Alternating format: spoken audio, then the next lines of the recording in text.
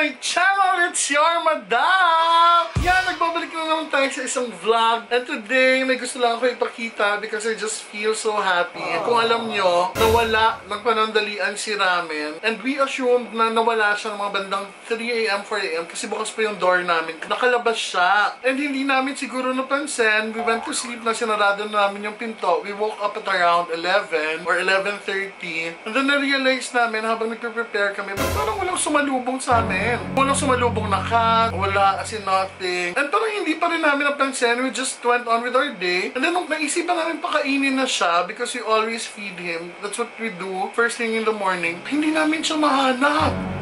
Nawala si Ramen! Oh my God! And then, yun, nagpanic na kami. We went around. During that time, mag-shoot na sana ako. So, naantala yung shoot for Madam's Kitchen because we went around the building looking for Ramen. Talaga namin siya nahanap sa bawat sulok and all. We went out. I already posted on Facebook. Ang dami na nag-share. It was just a crazy day for us. At parang nabaliw ako. It didn't sink in na nawala na si Ramen. And it really felt so bad. Alam kong I'm denying it inside. Kasi I can't imagine the thought na nawala si Ramen. And sabihin na natin, ang hirap pala pag may nawala sa yung mahal mo. I mean, regardless if tao yan or pet mo yan, it doesn't matter because, and it's the same amount of pain that you will feel whenever ma-realize mo nawawala siya. And cat pa si Ramen, hindi naman siya kagaya ng dogs na alam paano umuwi. Alam mo yon, it was crazy. Yung thoughts in my head, everything was just there. Hindi ko siya ma-process. I was just looking at the ceiling of our house. Hindi ko alam yung iisipin ko. While I was sitting down, I was trying to compose myself. Bilang sabi ko, sige nga, one more try. Hindi na ako mahihiya. Nagsigaw-sigaw na ako. I went out of your unit and nagsigaw-sigaw na ako, Ramen, because that's how I usually call her. Ramen. And then ayun, palakas na yung sigaw ko. At that point in time, nung medyo malakas na talaga yung sigaw ko, na nag-echo na siya sa buong building, may nag-meow. Sabi ko, baka siya na yun. And it's very distinct. I know her meow. Kabisado ko yung meow ni Ramen. Kasi yung meow niya every time nangingi siya ng food or every time may gusto siya. Sabi ko siya yun. And she's just inside the building. Hindi lang namin siya mahanap. So I kept on shouting. Nag-meow siya ng nag-meow. Then we went around again looking for that meow. And thank God, nahanap namin siya. I really thought that was the end of it. I really thought it was goodbye Ramen already. For all those who expressed their concern, for all those who shared my post, for everyone who messaged me, basta, salamat, I felt all the love that I needed at that moment.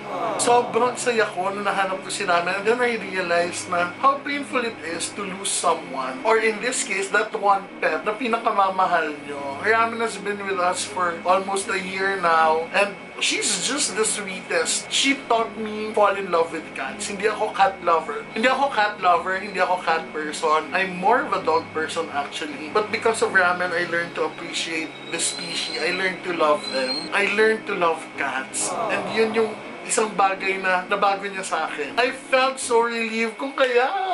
My God, napashopping ako. Hindi naman shopping. Napabili ako ng pang Ramen. We realized ni baby boy na wala kaming gift or pasalubong kay Ramen nung Christmas. So hindi naman pwede yon. That's why we got her a couple of things. So ito, I bought it from Bow and Wow. I love Bow Wow. But hindi kami doon nagsha-shop ng mga stuff most of the time kasi medyo pricey siya, medyo expensive siya.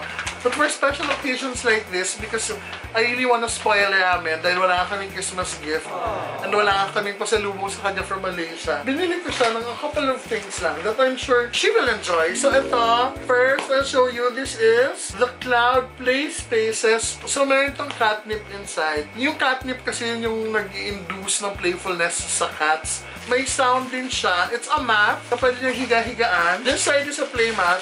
And this side naman is a soft mat kung saan pwede siyang humiga kung matutulog na. So ilalagay mo lang to sa floor. The next thing I bought her are these. So ito yung Flow for UT Health. Sa cats kasi, lalo na pag lumalaki na yung cats, Ramen is turning 1 soon.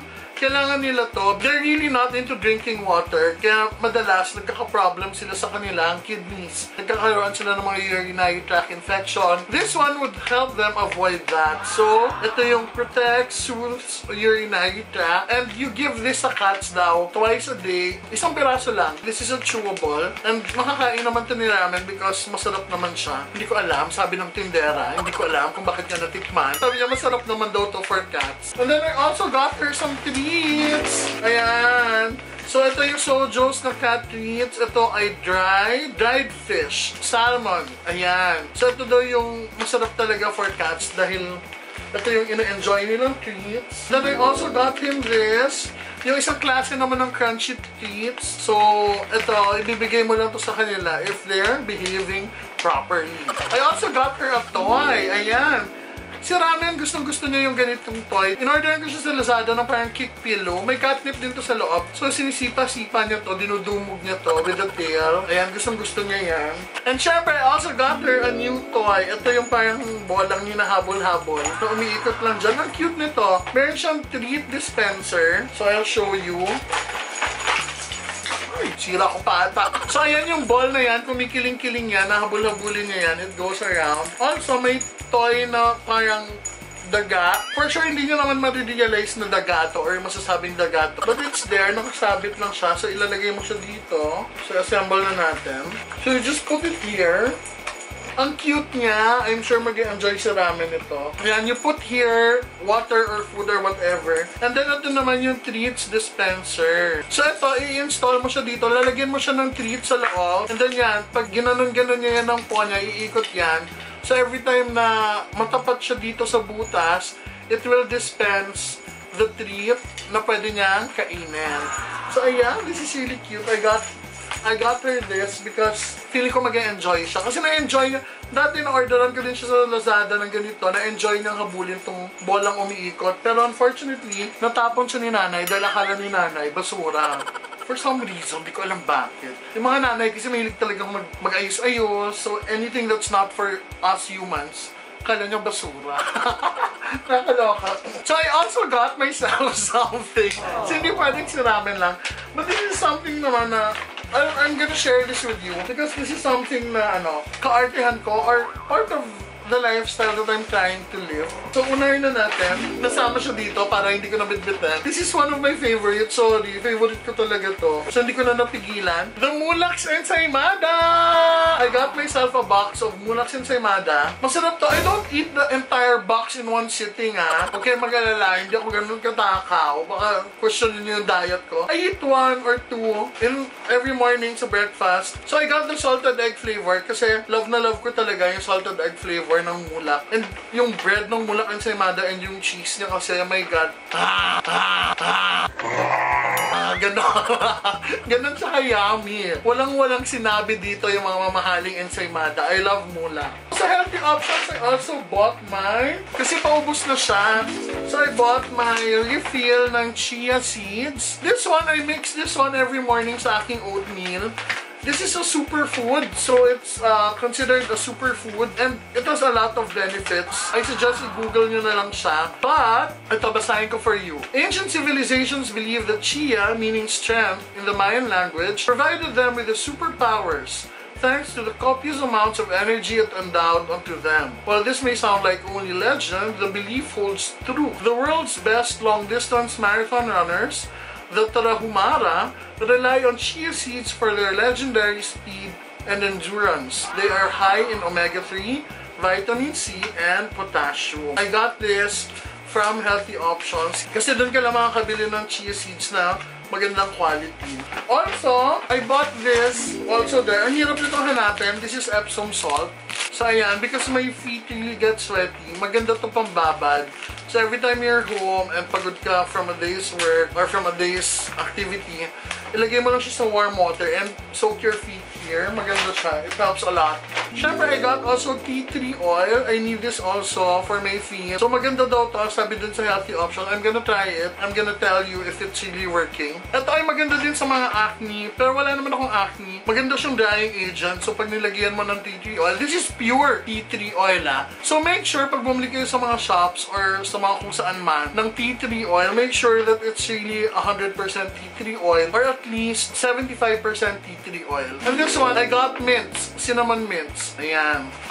So ayan, yun yung mga pinamili ko. Basically, today is just another basic day in our life. Pumunta kami sa Greenbelt because I had a meeting with a friend of mine, na filmmaker, and also with the team because we are planning on shooting a movie soon, which I wrote. Matagal ko na nasulat yun 2 years ago, pero ngayon lang ata siya talagang magmamaterialize. Maraming salamat. I hope nag-enjoy kayo sa vlog na to. This vlog is dedicated for Ramen and me spoiling her. Kasi nga, diba, pets are really part of who you are. You done this one, Ramen.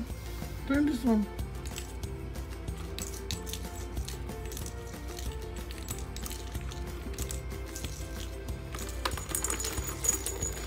Oh.